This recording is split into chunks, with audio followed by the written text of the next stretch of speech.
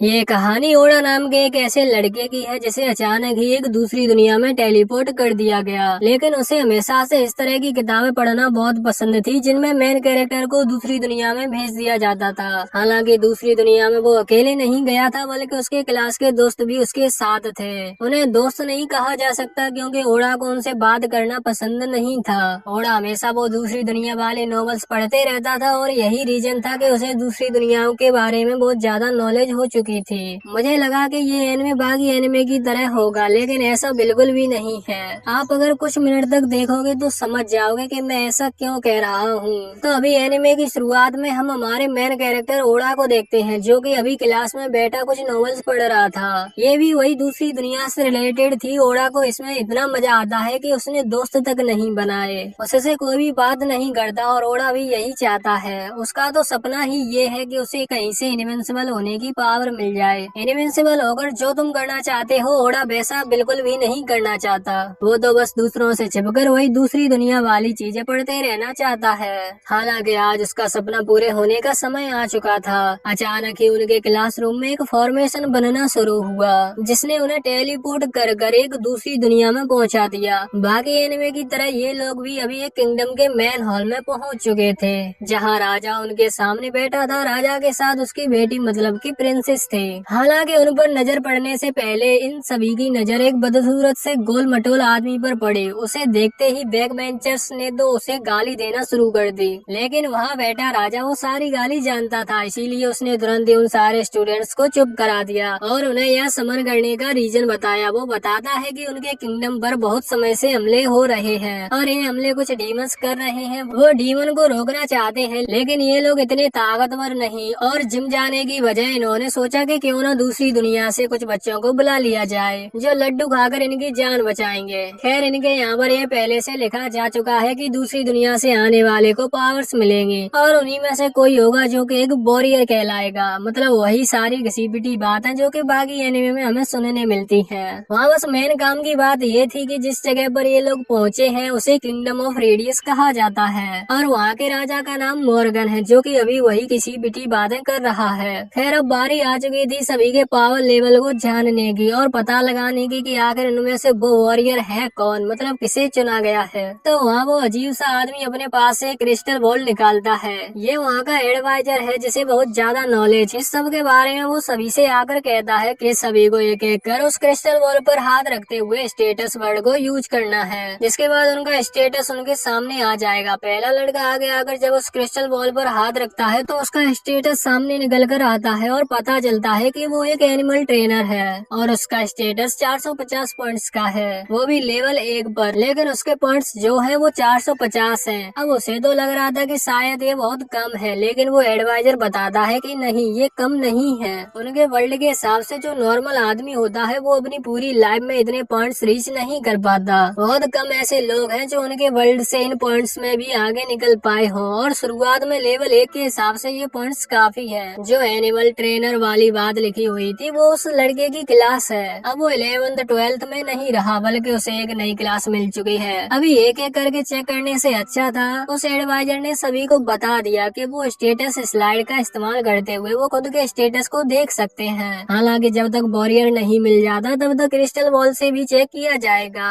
जिससे कि वॉरियर के बारे में पता चल सके। खैर अभी ओड़ा को कुछ ज्यादा ही जल्दी थी। उसने वही स्टेटस वर्ड यूज कर अपना स्टेटस देख लिया, लेकिन वो देखकर हैरान हो गया। उसे असैसिन क्लास मिली थी और ये बात मेन नहीं है। मेन बात ये है कि उसके जो पॉइंट्स हैं वो 1800 हैं। ओड़ा अभी ये चीज देखकर बहुत हैरान था और खासकर वो ये और देखकर हैरान है कि उसके 1800 पॉइंट इसीलिए है क्योंकि लिमिट ही 1800 तक की है। वो भी अभी लेवल 1 पर है क्योंकि वो अभी अभी दुनिया में आया है। इसका मतलब शायद फ्यूचर में ये पॉइंट्स बढ़ भी सकते हो। वही दूसरी तरफ कुछ और स्किल्स थी जो कि उसकी ऑलरेडी मैक्स पर पहुंच चुकी हैं। जबकि इस तरह के स्किल की ट्रेनिंग की जाती है तब इन्हें आगे के लेवल पर प्रमोट किया जा सकता है, लेकिन ओड़ा की कुछ स्किल्स तो ऑलरेडी मैक्स थी।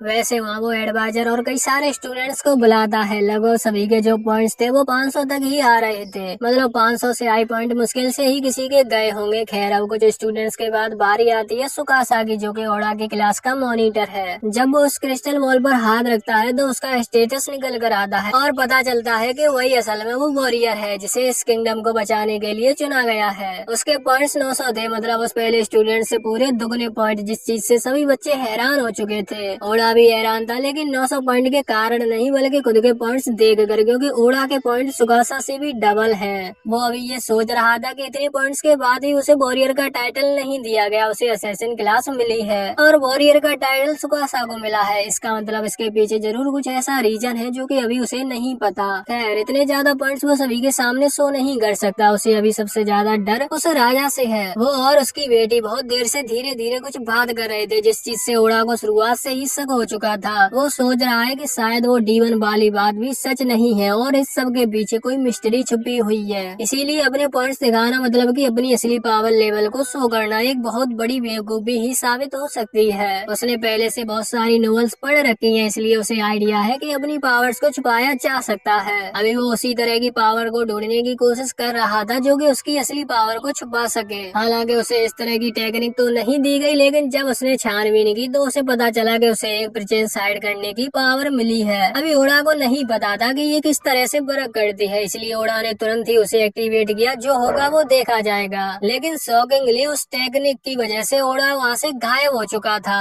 और सिर्फ उसकी बॉडी ही गायब नहीं हुई, मतलब वो सिर्फ इनविंसिबल ही नहीं हुआ बल्कि उसके दोस्त भी कुछ हद तक उसके बारे में भूल चुके थे। मतलब वो भूल चुके हैं कि ओडा भी उनके साथ आया था, बिल्कुल वैसा ही जैसा ओडा चाहता था। अभी ओडा को ये टेक्निक सबसे ज्यादा पसंद आई। वो अलग जाकर खड़ा हो जाता है और इंतजार करता है सभी के स्टेटस विंडो के चेक होने का। जब सभी के स्टेटस चेक हो जाते हैं तो वो एडवाइजर सभी से कहता है कि उनके लिए सुइटेबल वेपन उन्हें अगले दिन प्रोवाइड कर दिए जाएंगे। अभी के लिए वो आराम कर सकते हैं। सभी को अपना अपना बेडरूम दे दिया गया। हालांकि ओडा इनविजिबल है और अभी वो किसी के सामने नहीं आ सकता, इसलिए वो उनके साथ नहीं जा सकता। अभी वो यही सोच रहा था कि मुझे इस तरह की पावर मिली है कि वो किसी को दिखे बिना भी इस वर्ल्ड में सर्वाइव कर सकता है। ये पावर बहुत अच्छी है, लेकिन ओडा इस पावर का गलत इस्तेमाल नहीं करने वाला, और अगर करने भी वाला होगा तो शायद हमें फ्यूचर में ही पता चले, क्योंकि अभी के लिए तो वो सब कुछ अच्छा ही सोच रहा है। उसने सोचा कि उसे इस किंगडम की थोड़ी सी हिस्ट्री पता करनी होगी, मतलब सच में कोई डीमन है भी या फिर इन लोगों को यहाँ बुलाने का कारण कुछ और ही है। इस तरह की इन्फॉर्मेशन को बाहर निकालने में उसे समय लगेगा, और वैसे भी वो गायब है, इसलिए उसे आधी रात में घूमकर काम करने की जरूरत नहीं। रात होने वाली है, इसलिए उसे अभी अपने लिए एक बेडरूम ढूंढना था, क्योंकि ऑफिशियली तो उसे एक बेडरूम नहीं दिया जाएगा। वो वहाँ से चला गया और थोड़ी देर ढूंढने के बाद उसे फाइनली एक रूम मिला जिसमें हथियार वगैरह रखे जाते हैं। किस्मत से वहाँ एक बेड भी था जो कि डबल बेड है। न जाने वो वहाँ क्या कर रहा है, लेकिन फिर भी ओडा को कमरा मिल चुका था रात गुजारने के लिए। वैसे यहाँ तक पहुँचने से पहले जब ओडा ने वहाँ उस हॉल को पार किया तब ओडा ने ही ये चीज नोटिस की थी कि ऊपर की तरफ दीवारों में कैमरे लगे हुए हैं। अब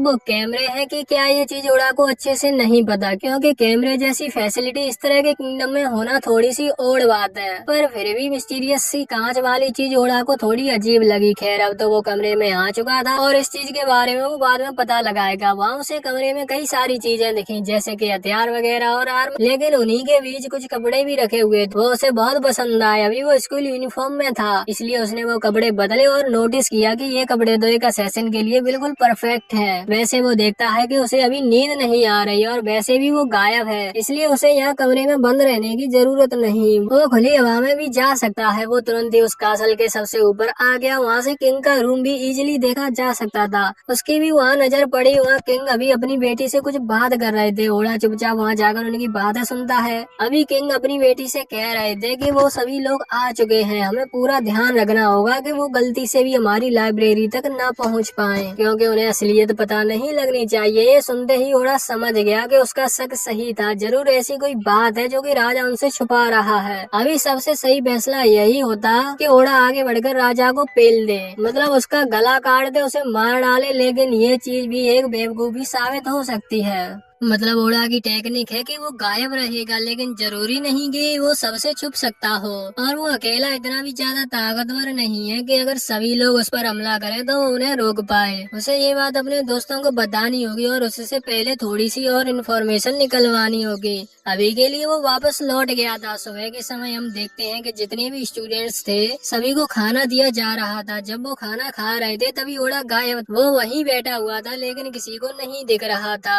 ओड़ा सोच रहा था कि क्या उसे अपने दोस्तों को सच बता देना चाहिए जिससे वो लोग भी उसका साथ दे पाएंगे, लेकिन ओड़ा उन्हें दोस्त नहीं कह सकता क्योंकि ओड़ा ने पहले उनसे कभी बात ही नहीं की। आखिर वो ओड़ा की बात पर भरोसा कैसे करेंगे। ओड़ा फैसला करता है कि सबसे पहले वो और ज्यादा इन्फॉर्मेशन गैदर करेगा जिससे ये चीज वो प्रूव कर सके कि राजा की मदद करना सही नहीं। खैर अभी जब ओड़ा ये सब बातें सोच रहा था तभी सुकासा खड़ा होकर कहने लगता है कि हम यहाँ आए हैं और राजा ने हमारे लिए इतना सब कुछ किया, अब ये हमारा फर्ज बनता है कि हम इनकी मदद करें और डीमन से फाइट करें। हमें इस किंगडम को बचाना होगा। वो मॉनिटर रह चुका है इसलिए उसके पास लीडर्स की स्किल है। सभी लोग अभी उसकी बात से सहमत थे। वो सभी ट्रेनिंग के लिए मान जाते हैं। इन्हें ट्रेनिंग कराई जाएगी जिससे ये स्ट्रॉन्ग बन सके, तभी तो ये लड़ पाएंगे। अभी ओड़ा तो वहाँ बैठकर ये सोच रहा था कि ये सभी के सभी बेवकूफ हैं क्योंकि ओड़ा का मानना है कि तुम उससे नहीं लड़ सकते जिसके बारे में तुम्हें कुछ पता ही ना हो। वैसे अभी यहाँ खाना वगैरह खत्म कर सभी स्टूडेंट्स को वहाँ से बाहर ले जाया जाता है जहाँ इन सभी की मुलाकात होती है नाइट कमांडर सेरेन से, जो कि 1 महीने तक इन्हें ट्रेन करेगा और इसके बाद एक टेस्ट के तौर पर इन सभी को एक डंजन में ले जाया जाएगा जिसे इन्हें क्लियर करना है। अभी के लिए सेरेन सभी को अपने बारे में इंट्रोडक्शन दे रहा था, सभी के नाम पूछ रहा था। इस बीच ओड़ा भी वहीं दूर खड़ा हुआ लेकिन उसे ये चीज इंटरेस्टिंग नहीं लगी। वो तो सोच रहा था कि ये लोग बेवकूफ है जो हर किसी पर आंख बंद कर भरोसा कर रहे हैं। ऐसा कहते हुए ओड़ा वहाँ से चला गया। ओड़ा यही सोच रहा है कि उसे अभी किसी भी तरह से यहाँ की लाइब्रेरी तक पहुँचना होगा क्योंकि वहीं से सबसे ज्यादा इन्फॉर्मेशन निकाली जा सकती है।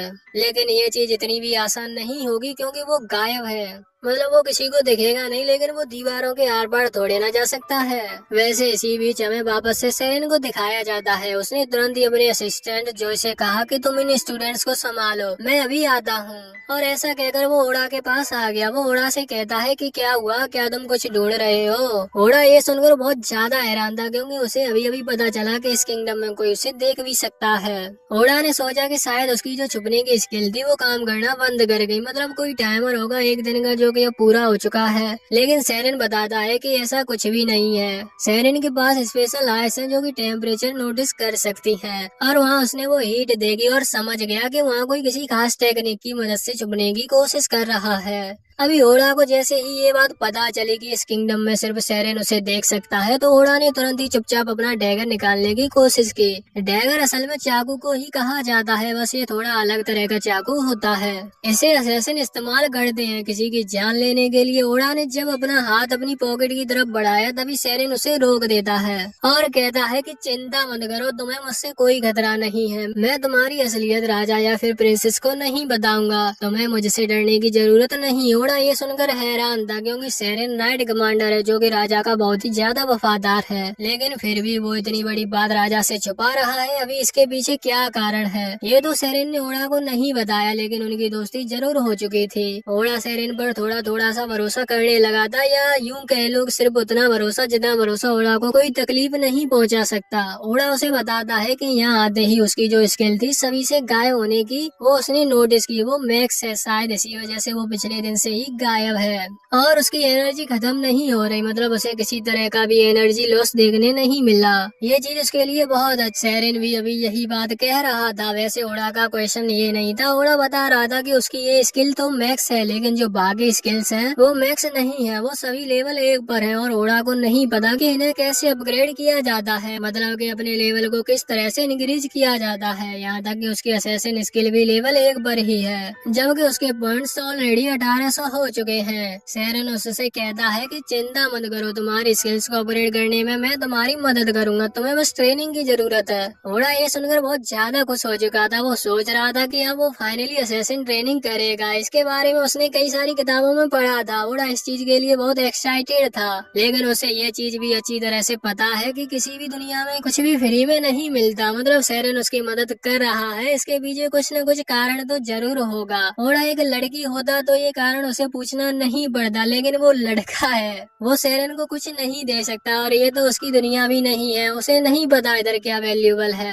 अभी इसीलिए वो सेरेन से खुद पूछता है कि बताओ आखिर वो उसकी मदद क्यों कर रहा है। तो सेरेन कहने लगता है कि मुझे बस तुम्हारी दुनिया के बारे में जानना है, मैं बस जानना चाहता हूँ कि वो दुनिया किस तरह की है, क्या तुम मुझे वहाँ के बारे में बताओगे। ओड़ा को इस चीज में कोई प्रॉब्लम नहीं थी, वो कहता है कि बिल्कुल। तो फिर ये डील रही, वो दोनों वहाँ हाथ मिलाते हैं और एक दूसरे को प्रॉमिस करते हैं कि हम दोनों का सीक्रेट सिर्फ उन दोनों तक रहेगा। अभी इस सीन के बाद सीधा कुछ हफ्ते बीत गए। हमें बताया जाता है कि सेरेन ने ओड़ा को इस दुनिया के हिस्ट्री के बारे में बताया, साथ ही ओड़ा को जानने को मिला कि इस वर्ल्ड में बीस्ट वगैरह भी एग्जिस्ट करते हैं जो कि खुद का अलग किंगडम बनाकर रहते हैं, जिनसे शायद हम फ्यूचर में कभी मिले। अभी के लिए वो लाइब्रेरी पहुंचा तो उसे अचानक से एक अजीब सी किताब दिखी, वो बिल्कुल बाहर ही रखी हुई थी, जैसे कि वो किताब खुद चाहती थी कि ओड़ा जाकर उसे पढ़े। ओड़ा उस किताब के बारे में सेरेन से पूछता है तो सेरेन कहता है कि अच्छा, तो तुम्हें ये किताब मिल गई। असल में सेरेन ने खुद वो वहाँ रखी थी। जिससे ओड़ा उस किताब तक पहुँचे, उस किताब में राजा की बैक स्टोरी के बारे में लिखा है, मतलब राजा का जन्म कहाँ हुआ, उसकी डेट ऑफ बर्थ क्या है, ये सब नहीं बल्कि वो कारण जिनकी वजह से ओड़ा का सीक्रेट सेरेन अपने तक रख पाया।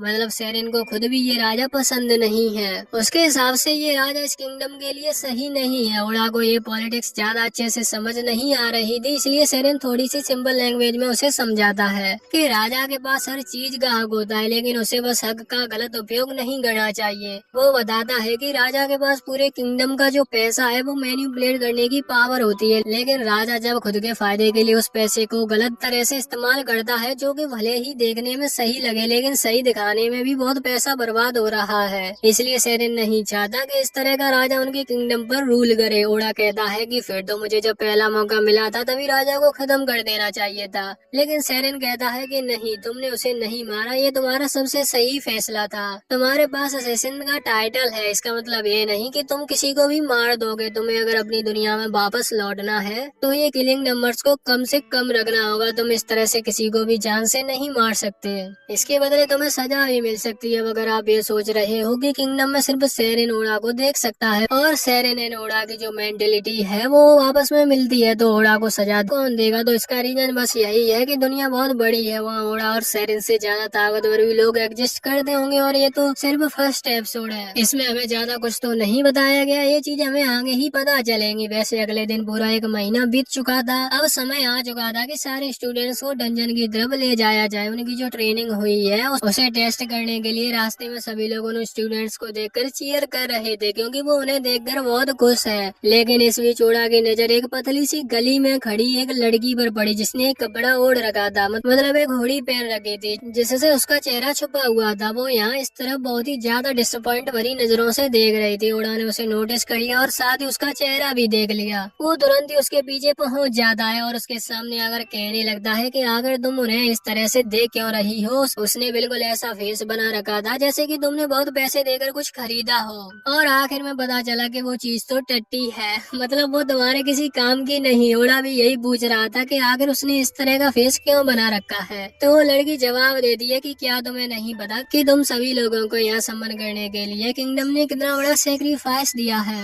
ओड़ा को इस बारे में कुछ भी नहीं पता, वो थोड़ी और इन्फॉर्मेशन मांगता है, लेकिन वो लड़की कहती है कि नहीं, इस बारे में तुम खुद पता लगाओ, और वैसे भी ये हमारी आखिरी मुलाकात तो नहीं लगती। इतना कहकर वो वहाँ से चली गई थी। वैसे वहाँ से सीन चेंज होकर उस डंजन पर आता है जहाँ सभी स्टूडेंट्स पहुँच चुके हैं। ओड़ा अभी तक वहाँ नहीं पहुँचा क्योंकि वो उस लड़की से बात करने में बिजी हो गया था।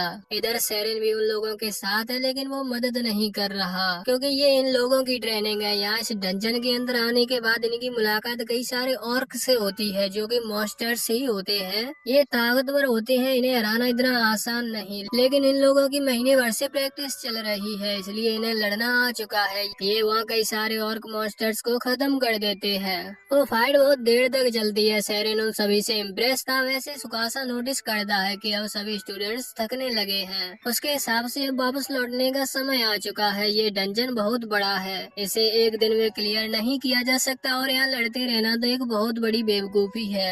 किसी को भी चोट नहीं लगी है, बस वो थक चुके हैं, इसलिए अभी लौट जाना ही समझदारी होगी। सुकासा की ये बात बिल्कुल सही थी, वो एक अच्छा लीडर है। सभी उसकी बात मानकर वापस एग्जिट की तरफ दौड़ने लगे थे। सुकासा सबसे पीछे था, जिससे कि कोई और मॉन्स्टर उन पर हमला करे तो वो उसे रोक सके। लेकिन इन लोगों की किस्मत थोड़ी खराब थी, क्योंकि जब ये लोग आगे बढ़े तो पीछे दूसरे रास्तों से कुछ और मॉन्स्टर्स ने आकर उनका एग्जिट डोर घेर लिया। इसका मतलब अब न चाहते हुए भी इन्हें उन और मॉन्स्टर से लड़ना पड़ेगा। खैर सुकासा के पास डिवाइन स्वॉर्ड की पावर थी, जिसे उसने इस्तेमाल किया, लेकिन इतना काफी नहीं था उन सभी और मॉन्स्टर्स को हराने के लिए। और तभी उसे याद आया कि प्रिंसेस ने यहाँ आते वक्त उसे एक खास बॉल दी थी, जो कि एक स्मोक बॉम्ब की तरह है। वो इसका इस्तेमाल करके अपनी जान बचा सकते हैं। अभी सुकासा ने तुरंत ही वो बॉल वही जमीन पर फेंक कर ब्लास्ट कर दी। उसके ब्लास्ट होते ही वहाँ स्मोक फैल चुका था, लेकिन न जाने वो स्मोक किस तरह का था कि अचानक उसकी वजह से वो सारे ऑर्ग इवॉल्व होना शुरू हो गए। वो अब मैनी टर्स बन चुके थे, मतलब उनका पावर लेवल इंक्रीज हो चुका है। वो अब और ज्यादा खतरनाक हो गए हैं। या बाकियों से खतरा नहीं था, उनका जो मेन ऑर्ग मॉन्स्टर था वो ज्यादा पावरफुल लग रहा है।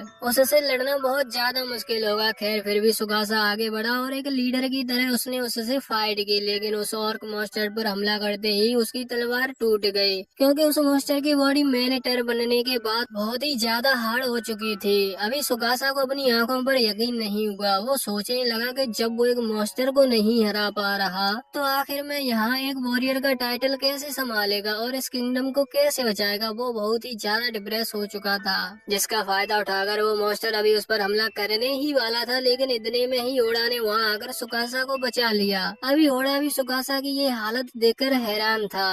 ओड़ा जानता है कि जब किसी को खुद से बहुत ही ज्यादा उम्मीदें हों और वो वैसा ना बन पाए तो वो बहुत ही ज्यादा डिप्रेशन में चला जाता है। लेकिन सुकासा जैसा मोनीटर आदमी जो कि इतना पॉजिटिव इंसान है, वो अपने आप ही एक हार के बाद इस तरह के डिप्रेशन में नहीं जा सकता। वो तुरंत ही एक इंचांटर से, मतलब उसके ही क्लास के एक दूसरे स्टूडेंट से जिसे इंचांटर क्लास मिली थी, उसे एक नेगेटिव स्पेल कास्ट करने का कहता है। इस तरह के स्पेल किसी दूसरे स्पेल को तोड़ने के लिए यूज किए जाते हैं। जब उस लड़के ने उस स्पेल को सुकासा के ऊपर इस्तेमाल किया तो अचानक से सुकासा के सर से कुछ डार्क मैजिक टाइप की चीज इवोपरेट होकर हट गई। ओड़ा समझ चुका था कि किसी ने जानबूझकर इस तरह के स्पेल का इस्तेमाल किया था सुकासा पर इसका कारण क्या है ये चीज तो ओड़ा को खुद भी नहीं पता। मतलब आखिर कोई अपने किंगडम के प्रोटेक्टर की जान क्यों लेना चाहेगा। खैर फिर भी ओड़ा को किसी पर शक हो चुका है, और वो शक सही है या नहीं ये चीज ओड़ा बाद में पता लगाएगा। अभी के लिए मेन बात है कि उस ऑर्क मॉन्स्टर को हराना। ओड़ा ने यहाँ उस पर हमला करने की कोशिश की, लेकिन ओड़ा के अटैक्स भी इतने ज्यादा पावरफुल नहीं है कि उस मैनेटर को खत्म कर पाए। ओड़ा के अटैक से वो डैमेज जरूर हो चुका था, लेकिन मरा नहीं था। ओड़ा यहाँ सेरेन के पास आकर कहता है कि मुझे अब अपनी वो नई टेक्निक ट्राई करनी होगी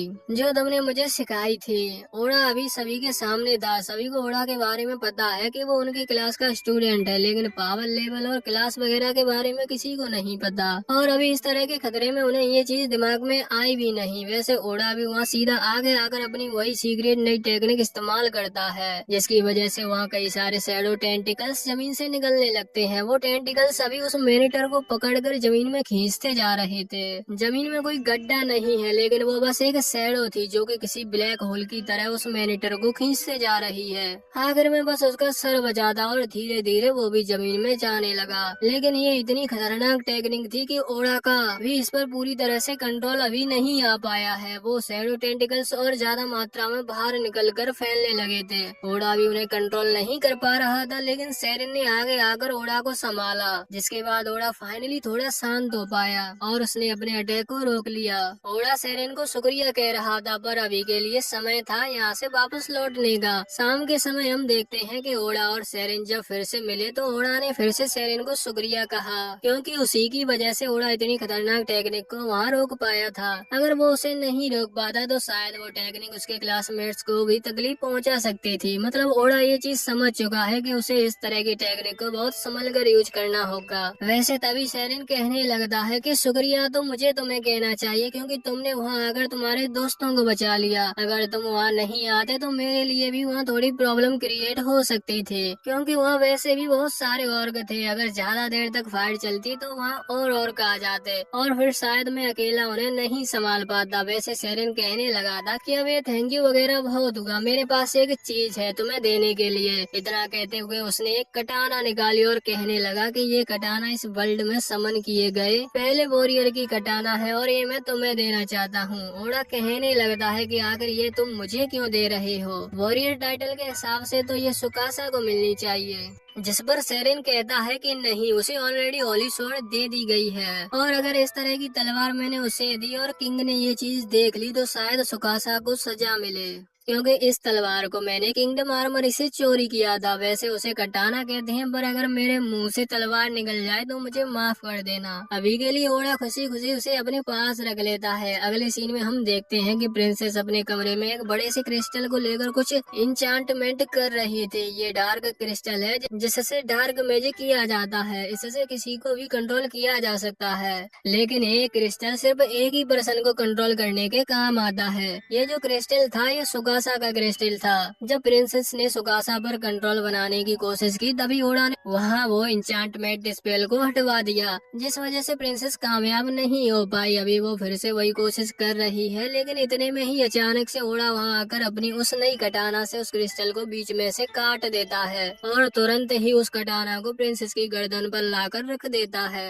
और पूछता है कि आखिर वो यहाँ क्या करने की कोशिश कर रही है। जिस पर प्रिंसेस बताती है कि वो सुकासा को कंट्रोल करना चाहती थी। हालांकि ओड़ा जो भी उससे सवाल कर रहा था उनके सीधे जवाब उसे मिल रहे थे। इस बीच ओड़ा ने ये चीज नोटिस की कि प्रिंसेस की आंखों में कोई रोशनी नहीं है। मतलब हर जिंदा इंसान की आंखें अलग ही चमकती हैं और देखकर कहा जा सकता है कि उसमें जिंदगी है, लेकिन प्रिंसेस के साथ ऐसा नहीं था। उसकी आंखें बिल्कुल किसी पपेट की तरह हो चुकी थी, मतलब वो खुद किसी और के कंट्रोल में है। ओड़ा उसे नहीं मार सकता क्योंकि शायद वो पहले ही मर चुकी है। ओड़ा चुपचाप वहाँ से चला गया, लेकिन ये शायद बहुत बड़ा गलत फैसला था क्योंकि उसके जाते ही प्रिंसेस ने एक अलमारी खोली जहाँ बहुत सारे डार्क मैजिक वाले क्रिस्टल रखे हुए हैं और एक क्रिस्टल है ओड़ा के बाकी सारे क्लासमेट्स के। अब वो इन पर कंट्रोल बनाने की कोशिश करेगी। खैर ओड़ा वहाँ सेरेन के पास पहुँच चुका था। वो उसे वो क्रिस्टल दिखाते हुए कहता है कि ये उसे प्रिंसेस के कमरे से मिला। सेरेन तुरंत ही पूछता है कि क्या तुमने इस क्रिस्टल को डिस्ट्रॉय करते वक्त खुद की अपीयरेंस को हाइड किया था? जिस पर ओड़ा कहता है कि नहीं, प्रिंसेस से सच जानने के लिए मैंने खुद को प्रिंसेस के सामने शो कर दिया।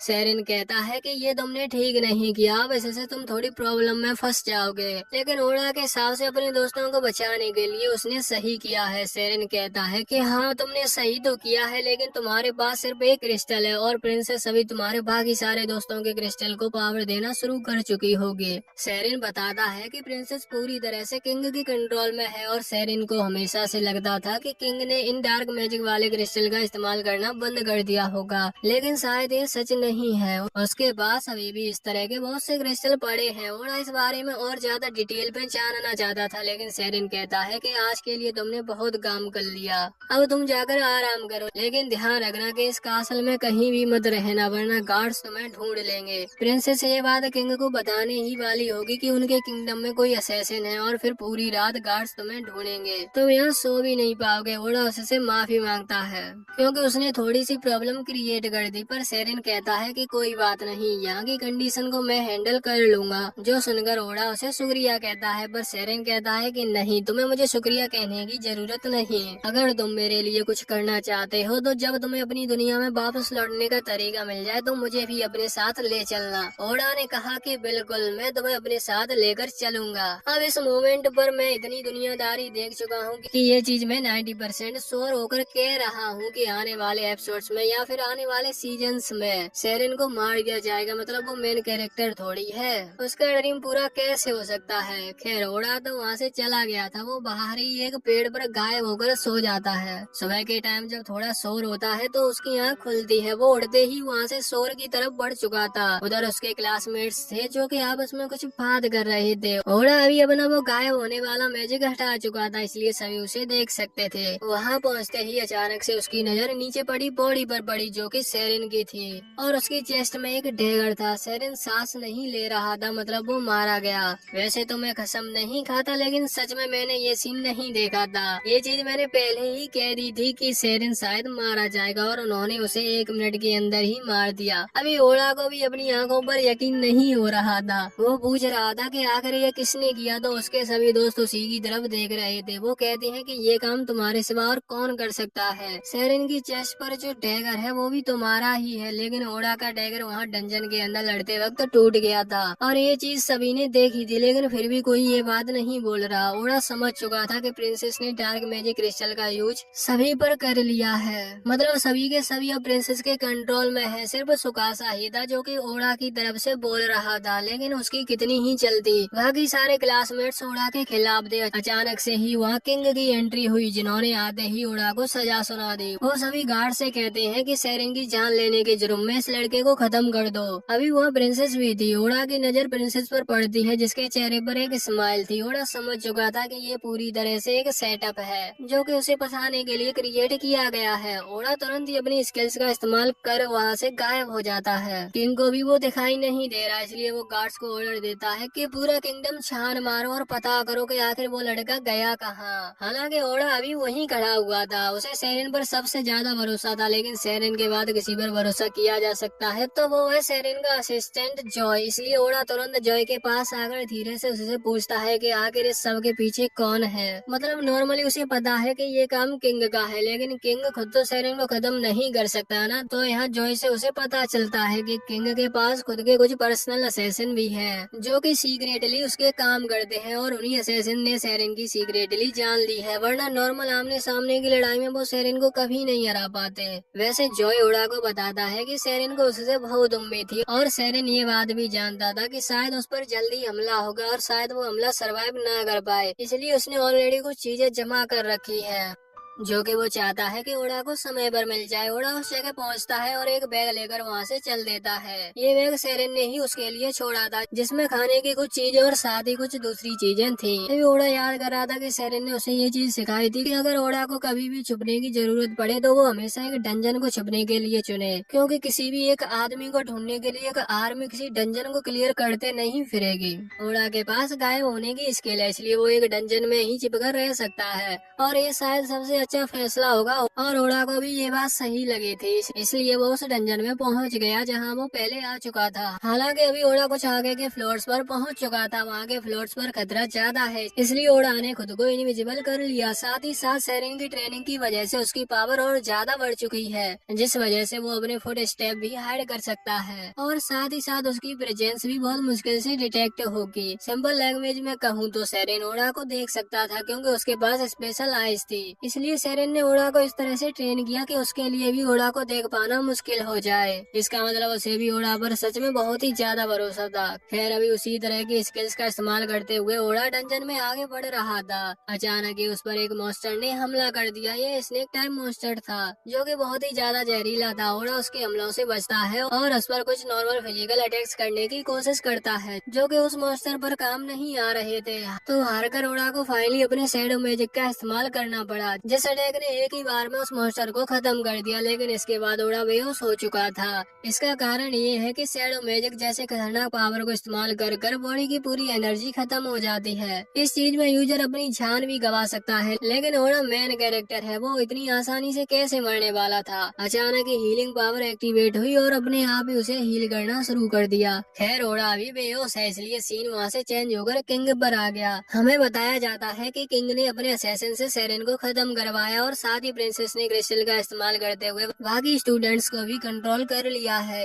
ये चीज अभी प्रिंसेस किंग को बता रही थी। किंग कह रहा था कि फिर हमें अब अपने अगले मिशन को शुरू करना चाहिए। वो मिशन था उनके पास के ही एक दूसरे किंगडम पर हमला करने का, जिस पर हमला करने के लिए वो इन स्टूडेंट्स की मदद लेगा, क्योंकि इनके पास है बहुत ज्यादा पावर और ये एब नॉर्मल पावर है जो कि नॉर्मली किसी आदमी के पास नहीं रहती। मतलब उनके जो गार्ड्स हैं वो इस तरह का मैजिक इस्तेमाल नहीं कर सकते, इसलिए मैजिकल आर्मी का होना जीतने के लिए बहुत फायदेमंद रहेगा। वैसे उसी दौरान सीन चेंज होकर यहाँ सुकासा पर आया। वो अभी सोच रहा था कि ओड़ा यहाँ से जा चुका है या फिर उसे भी ये नहीं पता कि ओड़ा कहाँ है, लेकिन सेरेन ये चीज उसे मरने से पहले ही बता चुका था कि सभी पर खास डार्क मैजिक वाले क्रिस्टल का इस्तेमाल किया जाएगा, जिससे वो खुद पर से कंट्रोल खो देंगे और शायद वो फिर सुकासा की भी बात सुनना बंद कर दे। सुकासा को ये चीज पहले से पता थी, लेकिन अभी के लिए सही यही होगा कि वो यहाँ से जितना जल्दी हो सके निकले। वो सभी से कहता है कि ट्रेनिंग के लिए हमें फिर से जंगल की तरफ जाना चाहिए। उनकी नॉर्मल ट्रेनिंग वही उसी जगह पर चलती थी, सेरेन और जॉय के साथ। लेकिन सेरेन अब नहीं रहा, वो नाइट कमांडर था और इतनी बड़ी पोजीशन इजीली किसी और को नहीं दी जा सकती। इसका मतलब उनके लिए अभी एक अच्छा ट्रेनर नहीं है, इसलिए वो ये बहाना बनाकर जा सकते हैं कि वो ट्रेनिंग करने जा रहे हैं और ट्रेनिंग के लिए जंगल एक अच्छी जगह रहेगी। भले ही पहले वो डंजन गए थे, लेकिन इस बार वो जंगल जा रहे हैं। अभी जब सुकासा ने ये बात सभी से की तो सभी ने मना कर दिया, क्योंकि वो तो कंट्रोल में है। वो बिना प्रिंसेस या किंग की मर्जी के कोई डिसीजन नहीं लेने वाले। लेकिन कुछ ऐसे स्टूडेंट थे जिन्होंने हाँ कर दी और वो सुकासा के साथ चलने को तैयार हो गए। सीन यहाँ से बाहर आता है जहाँ सुकासा और वे सारे स्टूडेंट पहुँच चुके थे, जो कि सुकासा के साथ जंगल जाने के लिए तैयार है। सुकासा बहुत ही ज्यादा हैरान था, क्योंकि उसने सेरिन से सुना था कि उसके अलावा सारे स्टूडेंट्स प्रिंसेस के कंट्रोल में है। फिर आखिर ये सब यहाँ कैसे आ गए? आपकी तरह मेरा भी यहाँ दिमाग चला और मैंने सोचा कि शायद प्रिंसेस ने इन्हें जानबूझकर भेजा होगा, जिससे कि वो सुकासा पर भी नजर रख सकें, क्योंकि सुकासा को अब कंट्रोल नहीं किया जा सकता। लेकिन इसका एक अलग रीजन भी है। अभी दूर से सेरिन का असिस्टेंट जॉय उन्हें देख रहा था। हमें यहाँ पता चलता है कि जॉय ने उन्हीं स्टूडेंट्स में से एक स्टूडेंट्स जिसका नाम आसमा है, उसकी बॉडी पर कंट्रोल कर रात के समय कुछ क्रिस्टल डिस्ट्रॉय कर दिए। मतलब उसने क्रिस्टल जितने वो डिस्ट्रॉय कर सकता था वो वहाँ डिस्ट्रॉय कर आया, जिस कारण इतने स्टूडेंट सब प्रिंसेस के कंट्रोल में आने से बच गए। आसिमा भी अभी वहाँ सभी को यही बात बता रहा था कि उसने रात को कुछ क्रिस्टल डिस्ट्रॉय किए थे, पर उसे नहीं पता कि उसने वो क्यों तोड़ दिए।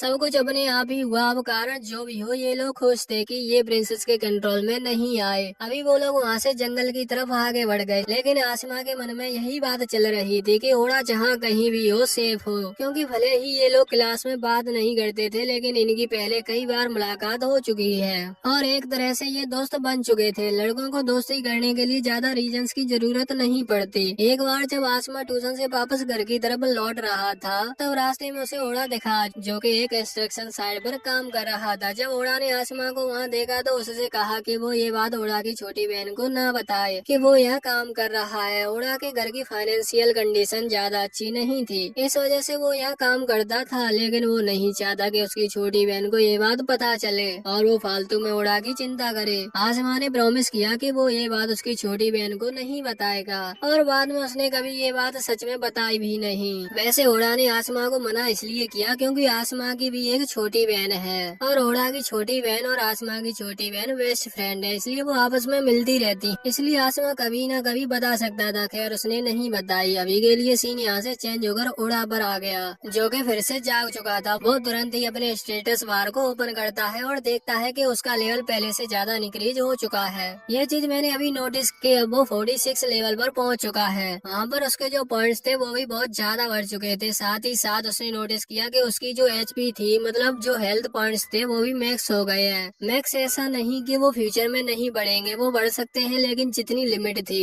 वो फुल हो गई है। जबकि उसने अभी अभी इतने खतरनाक अटैक्स झेले हैं, जिसके बाद लगभग वो मरने की हालत पर था। उसके HP पॉइंट्स आधे से भी कम होने चाहिए थे, पर वो अपने आप ही इतनी जल्दी हील हो गए। साथ ही साथ उसका जो शैडो मैजिक था वो भी लेवल 3 पर पहुंच चुका है, जबकि उसने अभी सिर्फ 2 बार इसका इस्तेमाल किया है। ओड़ा को ये सब चीजें ज्यादा अच्छे से समझ नहीं आती और अब तो सेरिन भी नहीं है उसे डिटेल में ये सारी बातें समझाने के लिए। उसे सेरिन की थोड़ी याद आ रही थी, लेकिन इतने में ही एक स्लाइम मास्टर ने वहाँ आकर उस पर हमला कर दिया। ओड़ा तुरंत ही अपनी कटाना को लेकर हमला करता है और स्लाइम मास्टर को बीच में से काट देता है। स्लाइम मास्टर जैसे ही मारा गया तो अचानक ही उसके पेट के अंदर से एक एल्फ गर्ल आकर वहाँ नीचे गिर गई। वो बेहोश थी और पूरी तरह से स्लाइम में कवर थी। ओड़ा उसे देखता है और फैसला करता है कि अब समय आ चुका है वो चीज ट्राई करने का, जो कि वो पहले कभी नहीं कर पाया। मेरी सोच गंदी नहीं, सोच तुम्हारी गंदी है। ओड़ा अभी एक नई टेक्निक की बात कर रहा था, जो कि उसे हाल ही में मिली है। इस टेक्निक को यूज करते ही ओड़ा को उस एल्फ गर्ल की सारी पिछली मेमोरीज दिखने लगी थी, लेकिन वो इतनी सारी नॉलेज थी कि ओड़ा उसे प्रोसेस नहीं कर पाया और ओड़ा का सर फटने लगा। इसलिए ओड़ा ने तुरंत ही ये टेक्निक यूज करना बंद कर दी। अभी वो टेक्निक के लिए तैयार नहीं है। वैसे वो उस लड़की को वहाँ अकेले नहीं छोड़ सकता, क्योंकि यहाँ और भी मॉन्स्टर्स हैं जो कि आकर उस पर हमला कर देंगे। ओडा ने उसे उठा लिया और अपने साथ 69 फ्लोर पर ले आया। वहाँ पहुँचकर कुछ देर में उस हेल्प गर्ल को होश आ जाता है। उसका नाम इमिलिया है।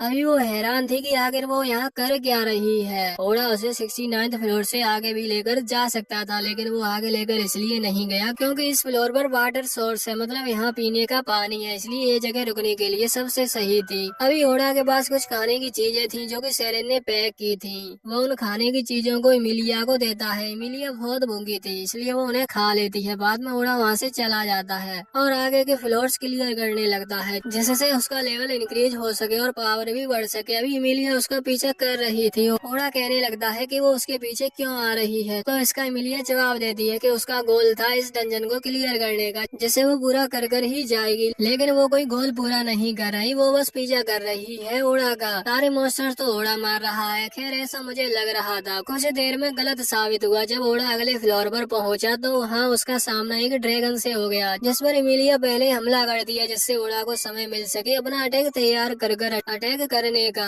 ओडा वैसे तो अभी अपनी गायब होने वाली टेक्निक का इस्तेमाल कर रहा था, जिससे वो ड्रैगन उसे ना देख पाए, लेकिन ड्रैगन ने उसे नोटिस कर लिया और उस पर हमला कर उसके हमले को रोक दिया। अभी ओडा ये चीज समझ नहीं पा रहा था, पर इमिलिया जवाब देती है कि शायद उस ड्रैगन ने तुम्हारी माना प्रेजेंस को नोटिस कर लिया। माना का मतलब एनर्जी होता है। ओडा की जो एनर्जी है वो ड्रैगन ने नोटिस कर ली थी और उसी चीज की वजह से वो ओडा की लोकेशन का पता लगा पाया। इमिलिया के हिसाब से ओडा को अपनी माना को हर तरफ फैला देना चाहिए, मतलब एटमॉस्फेयर में जो एनर्जी फैली हुई है, अगर ओडा की एनर्जी उसमें मिल जाए तो उसकी प्रेजेंस को नोटिस कर पाना लगभग नामुमकिन हो जाएगा। हालांकि ओडा को ये चीज नहीं पता कि ये चीज कैसे की जाती है, पर फिर भी ओडा अपनी तरफ से अपना दिमाग लगाकर अलग तरह का हमला करते हुए उस ड्रैगन को खत्म कर देता है। इमिलिया ये चीज देखकर बहुत हैरान थी, क्योंकि ओडा का अटैक सच में खतरनाक था। वो ड्रैगन वहाँ जमीन पर गिर पड़ा, इसलिए वो ओडा से पूछती है कि आखिर ये किस तरह का अटैक था। ओडा बताता है कि मुझे अपनी माना को, मतलब अपनी एनर्जी को एटमॉस्फेयर में घुलने नहीं आता, लेकिन एटमॉस्फेयर की एनर्जी को खींचने आता है। उसने एनर्जी एब्जॉर्ब कर कर एक सिंगल अटैक में लगा दी, जिस अटैक ने उस ड्रैगन को खत्म कर दिया। इमिलिया ये सुनकर बहुत इम्प्रेस थी। वैसे उसी दौरान अचानक से उस ड्रैगन की बॉडी ग्लो करने लगी। जैसे ही ड्रैगन का ग्लो करना कम हुआ तो हमें पता चलता है कि जो ड्रैगन था वो अब एक अजीब सी बिल्ली में बदल चुका है, जो अभी मस्त नींद में है। एल्फ गर्ल उसे अपने वर्ल्ड आइस स्किल से देखती है। ये वही टेक्निक है जो जब ओडा ने एल्फ गर्ल को बचाया था तब उसे मिली थी। हालांकि उसको अभी ये यूज करना नहीं आता, पर एल्फ गर्ल यूज करना जानती है। अभी उसे पता चलता है कि उस बिल्ली के पास शेप शिफ्टर नाम की स्किल है, यानी वो असली ड्रैगन नहीं थी, बस उसने अपना रूप बदला था। एल्फ गर्ल बताती है कि असली ड्रैगन को हराना इतना आसान नहीं होता। अब वो दोनों सोचने लगे थे कि ये बिल्ली सो क्यों रही है, तो असल में वो बहुत कमजोर हो चुकी है, इसलिए बस अपनी पावर्स को रिकवर कर रही है। ओडा उस एल्फ गर्ल से पूछता है कि ये कैसा क्रिएचर है, तो वो बताती है कि इसका नाम ब्लैक कैट है। जब वो ओडा से कहती है कि वो खुद अपने वर्ल्ड आइस स्किल से क्यों नहीं देखता, तो ओडा कहता है कि वो अभी उस स्किल को कंट्रोल नहीं कर पाता, लेकिन जल्द ही सीख जाएगा। तभी वो ब्लैक कैट अचानक से जाग जाती है और हैरानी की बात यह है कि वो इंसानों की तरह बोलने लगी थी। वैसे वो गुस्से में है क्योंकि दो मामूली से एडवेंचर से हार गई। फिर वो बताती है कि उसने ड्रैगन का रूप क्यों लिया था। दरअसल वो डंजन में अकेली बोर हो गई थी, इसलिए उसने ड्रैगन बनकर दूसरों को डराने का सोचा। ओडा को यकीन नहीं होता कि एक बिल्ली बोल भी सकती है, लेकिन बिल्ली बताती है कि वो एक इंटेलिजेंट बीस्ट है जिसे डीमन लॉर्ड ने क्रिएट किया था। वो बताती है कि उसके पास ओडा के लिए एक मैसेज है। डीमन लॉर्ड ने ओडा को डीमन किंगडम में बुलाया है। अभी ओडा को समझ नहीं आता कि डीमन लॉर्ड उसे क्यों बुला रहा है और उसे उसके बारे में कैसे पता चला, जिस पर बिल्ली कहती है कि उसे बस मैसेज देना था और अब वो चाहती है कि ओडा उसे मार दे, लेकिन ओडा मना कर देता है। वो कहता है कि उसने अभी तक डीमंस को अपना दुश्मन नहीं माना है, क्योंकि इस दुनिया में उसे इंसान ज्यादा बुरे लगते हैं। लेकिन अब एक दिक्कत है, जब तक बॉस नहीं मरेगा तब तक कमरा खुल नहीं पाएगा। तभी एल्फ गर्ल को एक आइडिया आता है। वो कहती है अगर ओडा उस बिल्ली को अपना फैमिलियर बना ले तो बॉस की पहचान खत्म हो जाएगी और दरवाजा अपने आप खुल जाएगा। बिल्ली बताती है कि इसके लिए बहुत अच्छा एनर्जी कंट्रोल चाहिए, लेकिन ओडा तो मेन कैरेक्टर है, वो ट्राई करता है। वो बिल्ली का नाम नाइट रखता है और अपनी एनर्जी उसमें ट्रांसफर करता है। इससे वो नाइट के दिमाग में पहुंच जाता है, जहां वो देखता है कि नाइट ने एक पूरा गांव जला दिया है। ओडा उससे लड़ता है, लेकिन उसे मारने के बजाय खुद को सेक्रीफाइस कर देता है और कहता है अगर तुम मेरा कंट्रोल एक्सेप्ट कर लो तो तुम्हें अब बुरे काम नहीं करने पड़ेंगे। ये सुनकर नाइट मान जाता है, क्योंकि वो भी अब अच्छा बनना चाहता है। इसके बाद सब कुछ क्लियर हो गया था और कॉन्ट्रैक्ट भी पूरा हो गया था। ओड़ा और नाइट की बॉडी पर एक जैसे निशान बन जाते हैं जो बस उनके बॉन्ड को शो करते हैं। अब नाइट ओड़ा का शादी बन चुका है, इसलिए वो उसके सबर में उसका साथ देने की कसम खाता है। एल्फ गर्ल भी अपना नाम बताती है कि उसका नाम एमेलिया है। अब ये तीनों दोस्त बन चुके थे। थोड़ी देर आराम करने के बाद कमरे में एक टेलीपोर्टेशन सर्कल बनता है और वे आगे बढ़ने की तैयारी करते हैं। इसी बीच दूसरी तरफ सुकासा और बाकी उसके क्लासमेट्स यामाटो नाम की जगह पर पहुंच चुके थे, जो पुराने जापान जैसी दिखती है। पता चलता है कि इस शहर को पहले हीरो ने बनाया था, मतलब उस वॉरियर ने जिसे सबसे पहले चुना गया था। वो लोग काफी थक चुके थे और भूख भी लगी थी, इसलिए वो एक रेस्टोरेंट में जाकर अच्छा खाना खाते हैं। खाने के बाद वो लोग अपनी आगे की योजना पर बात करते हैं, क्योंकि अब उनके पास पैसे भी कम है और कोई कमाई का साधन भी नहीं है। एक लड़का सुझाव देता है कि वो सब एडवेंचर्स बन जाएं ताकि कमाई कर सके। सबको ये आइडिया पसंद भी आता है। फिर बात होती है कि उन्हें अपने असली मिशन पर ध्यान देना चाहिए, जो कि है कि उन्हें डीमन लॉर्ड को हराना है, क्योंकि यही वजह थी कि उन्हें इस दुनिया में बुलाया गया है। कुछ लोग कहते हैं कि पहले ओड़ा को ढूंढना चाहिए क्योंकि वो बहुत ताकतवर है। कुछ कहते हैं कि वो क्रिमिनल है क्योंकि उस पर सेरिन की मौत का इल्जाम है। लेकिन आसमा को यकीन है कि ओड़ा ने कुछ नहीं किया और उसका मानना है कि अगर वो सब मिलकर काम करें तो वो डीमन लॉर्ड को हरा सकते हैं। दूसरी तरफ ओड़ा, एमेलिया और नाइट एक दूसरे को अपनी कहानी बताते हैं। अमेलिया कहती है कि वो भी एक प्रिंसेस है, लेकिन उसकी छोटी बहन ने उसे धोखा देकर उसे उसी के राज्य से निकाल दिया। भागते भागते वो गिर पड़ी और एक स्लाइम मॉन्स्टर उसे निगल गया और शायद इसी वजह से उसकी मुलाकात ओड़ा से हो पाई। ओड़ा भी अपने परिवार को याद करता है, खासकर अपनी बहन ओई को, जिसे उसने नया मोबाइल फोन दिया था। वो पल याद करके ओड़ा थोड़ा इमोशनल होने लगा था, लेकिन फिर वो कहता है कि इस दुनिया में उसे पहली बार किसी ने इंसान समझा और वो था सेरिन, जो अब नहीं रहा। ओड़ा वहाँ उसके सामने सेरिन की मौत का बदला लेने की कसम खाता है, जो सुनकर नाइट और अमेलिया उसे समझाते हैं कि बदले की आग में खुद को मत जलाओ। माहौल हल्का करने के लिए ओड़ा नाइट के साथ खेलने लगता है। नाइट मजाक में कहता है, मैं कोई बिल्ली नहीं हूँ बल्कि एक खतरनाक डीमन हूँ। फिर नाइट बताता है कि उनका कॉन्ट्रैक्ट इतना आसान नहीं है, अगर उनमें से एक मरेगा तो दूसरा भी मर जाएगा। लेकिन ओड़ा को इसकी परवाह नहीं, उसे खुशी है कि अब वे हमेशा जुड़े रहेंगे और एक फायदा भी है कि अब वे टेलीपैथी से बात कर सकते हैं। वैसे अब वो लोग टेलीपोर्टेशन सर्कल में कदम रखते हैं और अमेलिया बताती है कि ये सर्कल उन्हें वहीं ले जाएगा जहाँ किसी एक का दिल सबसे ज्यादा जाना चाहता है। अचानक वे एक जंगल में पहुंचते हैं और सामने दिखता है होली ट्री। अमेलिया और नाइट पहचान जाते हैं कि ये एल्फ का जंगल है। अमेलिया डर जाती है क्योंकि वो वहाँ नहीं लौटना चाहती थी। तभी एक तीर उसकी तरफ आता है, पर ओड़ा उसे बचा लेता है और जिसने अटैक किया था उसी पर हमला कर उसे गिरा देता है। और जिसने अटैक किया था उसका नाम लियम था। वो भी एक एल्फ था जो अमेलिया को गद्दार कहता है और उसे फिर से भगा देना चाहता है। अभी ओड़ा ने गुस्से में आकर फिर से उस पर अटैक कर दिया था, लेकिन अब शोर से चारों तरफ एल्फ सैनिक आ चुके थे, जिनको लीड खुद अमेलिया की छोटी बहन किलिका कर रही है। वो अभी अमेलिया को देखते ही कहती है कि तूने यहाँ आने की हिम्मत कैसे की। ओड़ा और उसके साथ ये पूरी तरह से एल्फ सैनिकों से घिरे हुए हैं। किलिका जो अमेलिया की छोटी बहन है, वो अमेलिया को देखकर सच में बहुत गुस्से में है। इसके साथ ही ये पार्ट यहीं पर खत्म हुआ। अगर इस पर अच्छे व्यूज या अच्छा सपोर्ट आया तो हम इसका अगला पार्ट जल्दी लेकर आएंगे।